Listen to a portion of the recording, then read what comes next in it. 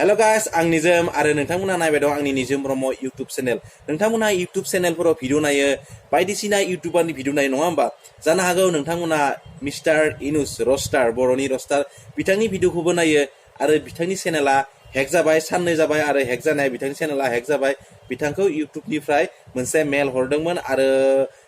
फेक मेलमोन बेयो हेकारनि मेलमोन आरो बे मेलाव बिथाङा रिप्लाय होनो थांनायावनो बिथांनि चेनेला हेक जायो बेनिखायनो दा जेबो राहा लामा गैला नङा होमबा मोनसेयानो राहा लामा दङ जे अब्ला नोंथांमोना टुइटाराव थांनानै टुइट खालामबानो जाबाय इउट्युब इन्डिया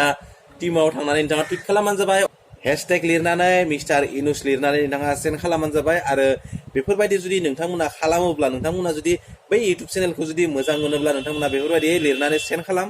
आरो बेफोरबायदि लिरनानै सेन्ड खालामबा 60% चान्स थायो मोनसे बिथांनि इउट्युब चेनेलखौ मोनफिननायनि आरो नोंथांमोना बेखौ हेफाजाब खालामबानो जाबाय मानोना इउट्युब चेनेल खुलिनायाव इउट्युब चेनेलखौ जेब्ला खुलिगोन गोबां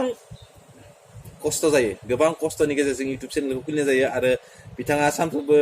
साननै सानथामनि गेजेरजों भिडिअ आपल'ड खालामोमोन आरो बिथाङा रस्टिं आपल'ड बांसिन खालामोमोन रस्टिं जे भिडिअफोरखौ लानानै जे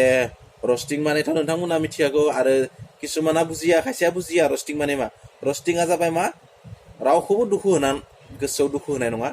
आरो समाजखौ सुस्रांनाय रस्टिं चेनेलनि एम आरो पइन्टआ बेनो जे सुबुं समाजखौ सुस्रांनाय नाथाय गोसोआव दुखु मोनजासे बेखौ रस्ट खालामनाङा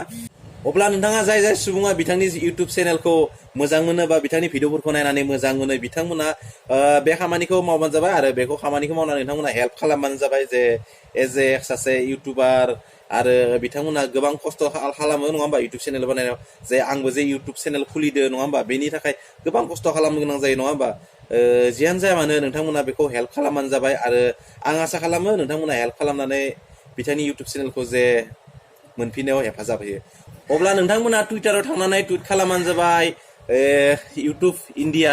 टीमाव थांनानै नोंथाङा टुइट खालामबानो जाबाय मिस्टार इनुस लिरनानै नोंथांमोना सेन्ड खालामबानो जाबाय आरो जानो हागौ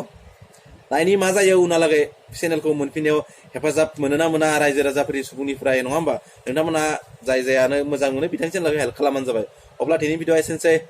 नेक्स्ट मोनसे गोदान टपिक लाना लोगो मोनगोन दे होमबा दिनै एसे नोंथांमोननि गेजेरनिफ्राय आङो बाय बाय कमेन्ट खालामनाङा दे बे भिडिअनि सिङाव आरो इउट्युबार हेल्प खालामदों ना दानो कमेन्ट खालामगोन सोरबा सोरबा गाज्रि कमेन्ट बेफोरबायदि कमेन्ट खालामना मानोना बाय बाय